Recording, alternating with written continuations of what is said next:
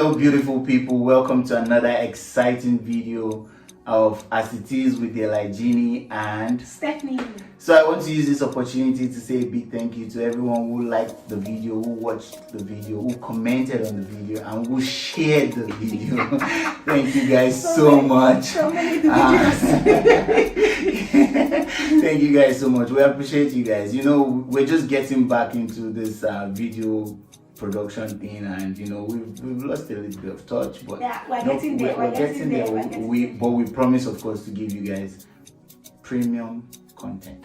Yes. Not to show you guys premium shaggy, but premium content. Hey, you have to put it there. Anyway, so today we're going to be answering a question that many of our friends have been asking us, and by many of our friends, it's especially those that live in Europe and in North America, so Canada, the US, and in the UK, right? So the question is, why are you still in Russia? Why haven't you moved?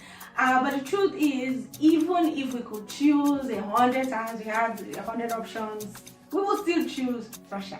Yes. Okay? And today we are going to be sharing the reasons why. We're going to be sharing our reasons why. Okay, so first reason. Yeah, the very first reason is the call of God on my own life, the ministry that God has given to me. And this ministry involves young adults, teenagers, and subsequently maybe, you know, children that I can speak to or that can understand my 2x4 Russian language, as I would say. Yeah, so how did this start? I wanted to cross to the US in 2017, and even while I was doing that process, I already knew that it was not going to work, because I'd already started feeling the nudge in my spirit that God wanted me to stay back in Russia. And as an English teacher, I related with my students. Yeah, I related with my students, and you know, most of them, just like every other country in the world where we have problems like, you know, parental problems, or children from broken homes, or children that cannot relate freely with their parents and all that. You know, they come to class, you know, they are more expressive with, you know, a foreigner like me, their teacher who is, you know, friendly and maybe not the regular person that they would see. And so they open up to me, and even sometimes I was able to pray with some of them after our classes. I would ask them, would you like me to pray with you? And what I just noticed is that many of them are just open books. They don't really, the concept of God is also strange to them. They don't understand. They just follow, I don't believe in God. But when we start talking, they get my point. And I think God really wants me to just, you know, stay back here and help this particular generation, or this set of people, to grow in the knowledge of, you know, of Him and in the knowledge of Christ. Yeah. And adding to that, the average Russian is actually a Christian, Orthodox Christian, right? So they're not really, you know, the church-going type, because of the way the Orthodox, you know, church is. Some of them that we've spoken to say they feel like, you know, it's a chore, and they go to church when, you know, they have filled their container of sins. So in their mind, there's this bucket or container of sins that needs to be emptied when it is full. And so they go to church to ask for, you know, forgiveness of their sins. And to confess the sin. Actually. Yeah, to confess. Yes, they go to confess the sin so that the bucket can be emptied. But you know, the main point is that many of them understand that there is a God, and that this God has given us, you know, standards for our life, and they understand what should be done, what is, you know, right, what is wrong, and there is a higher sense of the fear of God if we would compare Russia with, you know, other countries in the West and in, you know, North America. And that is very important for us as parents, because we want to live in a place where we are free to instill Christian values in our children and not be afraid of persecution. You know, in our parents group, we sent messages during Easter, happy Easter, and people sent, pictures. Of course, some sent pictures of, Easter eggs. bunnies and Easter eggs, but then there were still pictures of, Christ risen from his grave. And it's not an issue of, oh, look at this person, she's talking about Jesus, so he's strange. Mm-hmm. No. So that was very important for us, the fact that we can practice very our important faith for us. and live freely as Christians. Yeah, it's amazing that Steph said children, although we still have just one son. And I remember this topic was one that not to even touch, but I'm glad we're getting there. So maybe baby number 2 will be coming soon. Yes. I think I'm getting green light. So guys, it's because when I went to the labor room, my eyes saw shaking. My eyes saw premium my shaking. My ears hurt. Okay, let's get back to the topic. Anyways. All right, the second reason why we chose to stay back and now being conscious of why we're staying in Russia is racism. As crazy as that sounds, because before I came to Russia, a lot of my friends that heard that I was going to Russia were like, they are racist there, they kill black people. I mean, I've lived in Russia now 8 years. I've not heard of any police brutality against black people or against people in general. The police academy is so strict. They're very restricted. They take psychology courses and all that. So a policeman's first response in Russia is not to pull his gun. Do you understand? They try to, even when they're doing car chases and all that, they make sure that they get to a point where the person running away is tired and they stop. And then they stop and they arrest the person. So or they get to a place where there are no people. And before they start trying to shoot the tires of the car. We've seen these car chases, car chase videos, and you see that's one thing that we ourselves were surprised about. Are there some exceptions? Yes, and just like in every other country where we have good people and bad people and ignorant people. Because there are some people, of course, they see you, maybe they've just never seen a black skinned person. Because newsflash, when all the countries were on voyage to Africa to go take slaves, Russia was where it was, so it didn't follow. So they are not used to black skin. And before the influx of black people now, like 2015, 2012, there was a really large influx of foreign students into their economy. They had always been black skinned people. My aunt also studied in Russia, but when I mean influx, like a lot of people started coming into Russia. They were surprised, like they will be pointing, they would ask some funny questions like, how did you come to Russia? How did you get to Russia? And of course, we've gotten to that point where we are sarcastic about it and we tell them we swam. The thing is, what we have come to realize is that if you are looking for racism, you will find it. You will find it.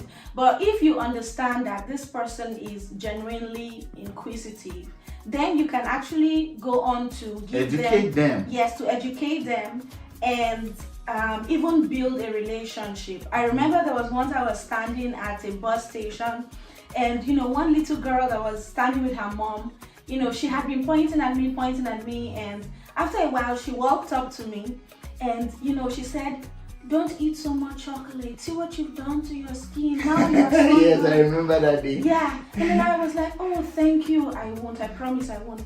And she was thinking that it was chocolate that made your skin. She thought I had eaten so much chocolate that made me dark.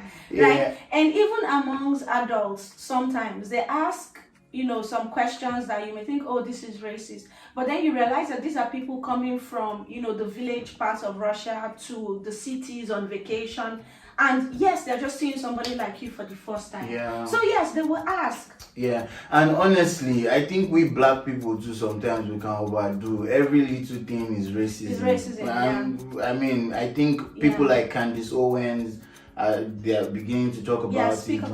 We are too victim minded. We always just think that we are the victims, that anything they do, but there's also good and bad. Yeah. Apart from white and black skin color, there is also good and bad. So Yeah. there are people that are genuinely just bad people, Yeah. and there are people that are just Yeah. they are clueless or maybe a little bit ignorant sometimes, and it's okay. And I mean, life is not supposed to be so difficult. Hard. Yeah. Just take it easy. But in general, I've never been harassed on the street. I've never been, well, I've been called a monkey, but that was when we just came, like I said. That was in 2015 when I just came, and it was more like I just felt like the guy is just ignorant. Yeah. Or he was just drunk. Yeah. Because there they are some drink of them. vodka. And then you have a mix of ignorance and drunkenness. Yeah. Oh my God. It's just bad. unbelievable. But even at that, the Russian government has taken it upon themselves recently, right? When we have celebrations like Victory Day or Workers' Day, on that day, they don't sell alcohol in shops. Yes. It's prohibited. Not only any celebration now, Yeah. even graduation of children from secondary school some days no ago. More alcohol No for more them alcohol on on those days. Yeah. So they've started the putting government this. is intentional. Yeah. They're trying to curb it. Yeah. Anyway, so the third reason why we decided to choose Russia was attitude, the attitude of the people. And what we mean is Russians they say it as it is. Yeah. They are not trying to massage Impress your ego or, just, talk make it sweet kind of thing. No. If a Russian doesn't like you, you will know. If they like you, you will know. There's nothing like, I don't know where I stand with him. I don't know where I stand with her. No, there's no guessing. Yeah, or You that aspect where somebody is, excessively laughing with you Exactly. and they are killing you behind. Exactly. Russians don't do that. No, if they you don't do deserve it. something, like They give it to you. Irrespective of where you are from. whether your they color, even like you or doesn't not. matter. Yes, because we had teachers like that, so they might categorically just tell you, some harsh words, but if you put in the work and you deserve the marks, they give you your marks. They don't hold back. So that's one thing. Yeah. Another thing about attitude is we had teachers that wore same clothes for 1 full week. 1 week. Same thing. One month. Let me just let's not expose them. But what I mean is, they are not trying to impress you. Yes. Is that white shirt, black skirt, or whatever what that they have, and it's comfortable with them, and they don't feel, maybe they wash it every day, we don't know. When we came, it was strange to us because we're coming from a culture where your teachers want to show off. They want to show off their latest. Even the students. So they come to class, they are wearing the same clothes, and you're like, did they wash the clothes? Do they have 10 of this clothes? Do they have 5 of this same shirt? But trust me, they don't just care. Like they don't. And fashion here is more of comfort. Yeah. It's more of comfort. Am I okay with the color? Am I okay with what is it called? And they wear what they love. So that is something that we really enjoy. So no pressure as to you're not wearing Zara or you're not wearing why am I even saying Zara, Gucci and all those things. There are some of them, of course, that wear them. But the average Russian is not like that. And then it also transcends into work, right? We are not trying to lick our bosses' asses. No, we're not trying to please anybody. You have your work, right? You do your work. You will be given the accolades you deserve. There's nothing like, I can work under pressure. Oh my God. Must be able to work under pressure. Must be able to work in a team. Russians, do your work. Whether if you want to make friends with your colleagues or not, it's up to you. It's up to you. It's up to you. So, like, as far as you're effective at your job, everybody understands. There is respect. There is no toxicity in the work environment. My work is so toxic. Do your work. Mind your business. If you want to greet me, greet me. It got to a point because of culture, we always. Every time we see them, we say hello. They will ask you, why are you always saying hello? You've seen me before today, why are you greeting me again? Like, they don't understand that, we just have the culture of greeting Okay. Alright, so the next reason is standard of living. Do you want to talk about okay, for standard of living, maybe because of the communist, the past communist or socialist, what's it called? System that they had. Standard of living is pretty much, Russians are content. You see them as a family living in a 2-bedroom apartment. They would eat together as a family. Yeah. They are content. And then in terms of food, like you don't need to make a lot to please Russians. Just put a little bit of salad there, potato on the side, meat, like they eat very healthy. And, they eat a lot of sauerkraut. Yeah. They eat a lot of sauerkraut. In terms of standard of living also, like it's affordable. Affordable. You don't do more than yourself. Yeah. You're not trying to impress anybody. My mom, we were talking about, planting season. Like my wife is really into planting. And my mom bought how many 10 seedlings. 10 seedlings for $100. $10. Yeah, so she bought 10 and she bought that each one for 10 for $100. And you can imagine here we get seedlings 10 for 150 rubles. Like, that's about $2. So in terms of planting, in terms of buying things, food is cheap or more or less affordable. Yeah, we know shops that we can. And there's shops too. Yeah.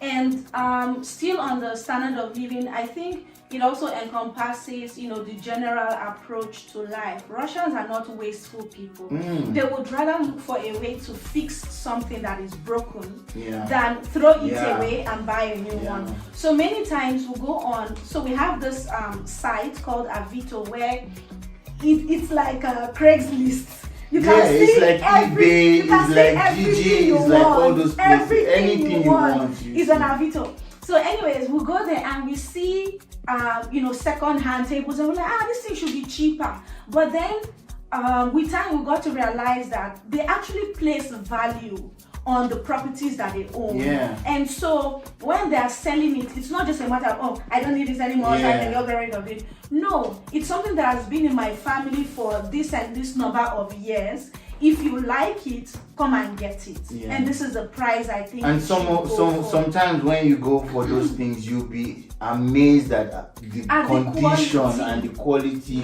of that it is in, and you'll be hearing that this thing I bought it a long time ago or something. And so they maintain things. They are not wasteful people. Although sometimes we think that they hoard a little bit. So that they hoard and they don't want to get rid of stuff. But in general, of course, it's just that they value the money that they spend. They are not wasteful. They are not wasteful. And we all this of course is because we are raising a child in Russia, right?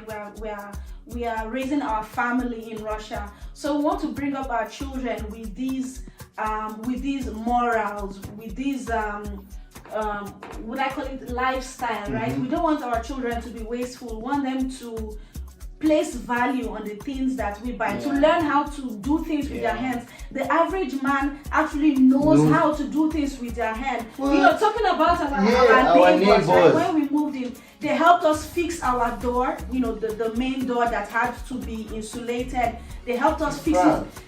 I've learned the so doors that much were inside the house, living around them in 2 years than my entire life. They come to their country houses. They unscrew their car. They can unscrew it completely, the car completely and put it back change together. their oil themselves. They don't understand why you should go spend money. Like when we were telling our neighbors we wanted to get some things done, and the reason why we could not get it done was because we didn't have money to call some people to come and do it. They were just looking at us strange, and they were like, just do it like this and you get the result. So they motivated us to even start to learn how to do things ourselves. Like I said, I laid the tiles in the bathroom of our house. We fixed our window sills all he needed to do was just to show me how to do one, fix one line. one line, and I just followed it, and I got better at it, and it's just amazing. Yeah. So basically, as we understand from the USSR, the average Russian man knew how to build a house, knew how to work with tools, how to build furniture, and those are things that we are learning from our neighbors. We want our children to grow up like that, learning and these you things. know that Sam's favorite set of toys are oh tools. my god, spanners, hammer, he uncouples his toys. Where's my hammer? Okay, so what's the last reason? The next one, let's talk a little bit. We already mentioned it in terms of attitude, and that is the work culture.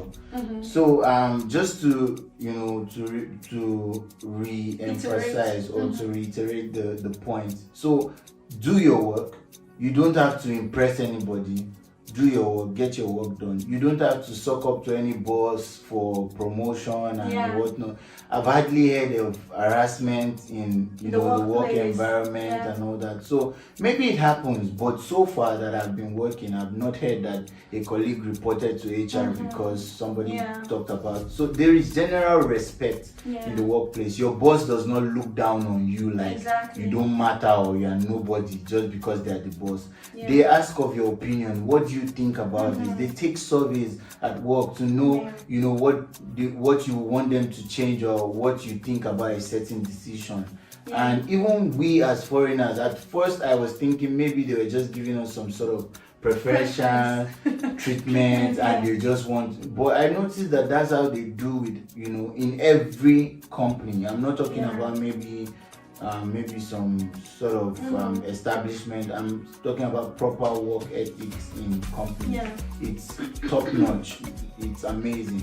Yes. All right. So the next one last would be point is their stance on LGBTQIARFWZ.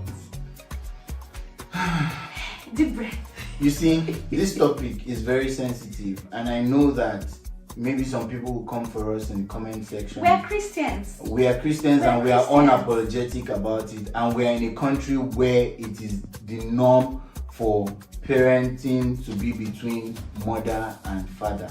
Not between parent A and parent B, or mother A and mother B, or father A and father B.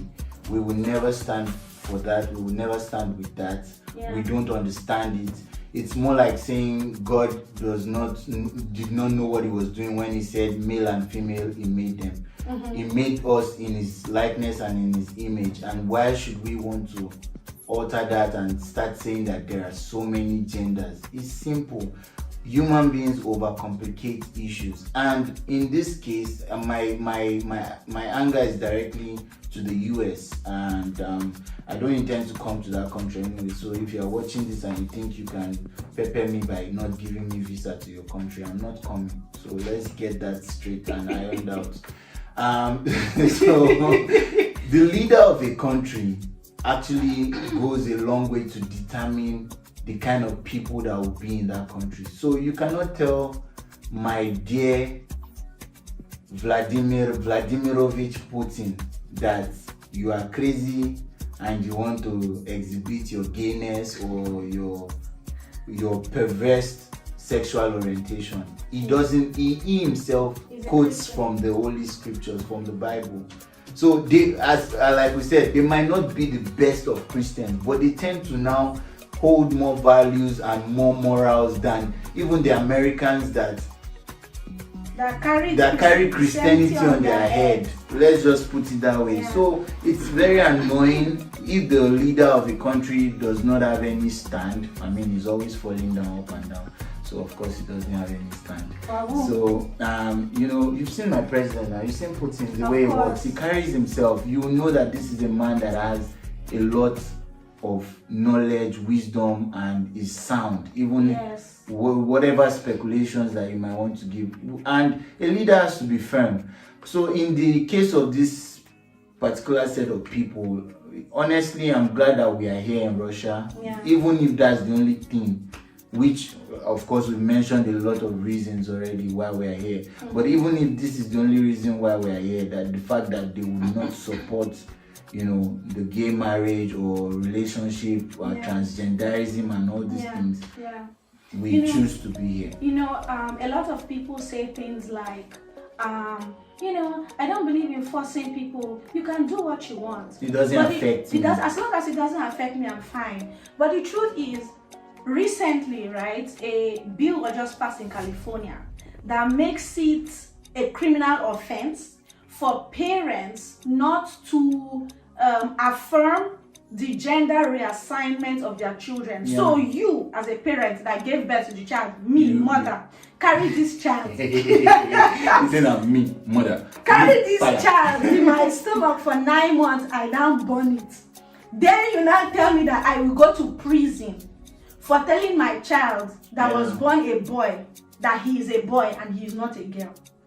I don't understand. It's crazy. I don't understand. It's a crazy situation, and Christians in the US have been lackadaisical and careless over time by allowing a lot. Allowing people, do what you do as long as it doesn't affect me. It affects all of us. With time, it's just people. And to even think the population of these people, they are not even as much as 1% of the whole population. And it's everywhere. In the movies, can you remember the last time you watched the first time you watched a movie where two people were kissing? And now we anticipate it. We see a character and we already know that this is gay. What is that? What is that? You can't enjoy content, and you see movies that don't portray this have lower ratings. Why? In Target Russia, in the US selling, all these products that belong to this community, and talking about inclusivity. Please. In Russia generally, cartoons, movies have to go through the Ministry of Culture. Yes. Everything goes through the Ministry of Culture. Imagine books in the US. If they contain any such ideas that are against the traditional norms of what a family should be, traditional values that children should have, I'm sorry, it's not going to be aired. And this is our choice. This is where we have chosen. This is where God actually sent us to, and where we have chosen to stay. We hope this video has been helpful. You have learned 1 or 2 things about Russia. So if you want to move and you don't want to be worried about everything we've talked about, I mean, especially the LGTB community, STIW, you can move to Russia and you are sure that your children will grow in proper environments, and they will be safe. Nobody's going to attack them on the streets. Nobody's going to look down on them. Please come to Russia, visit Russia. Let us know what you think about this topic in the comment section. If you are coming for us, we will come back at you. I will not block the comment. I will not delete your comment. I will respond to you. So please tread with care. I know get patient like that. Anyways, thank you guys so much for watching and spending so much time with us. I hope you enjoy this topic and this session with us. Please like, subscribe, share. Thank you. See you next time. Bye. Bye.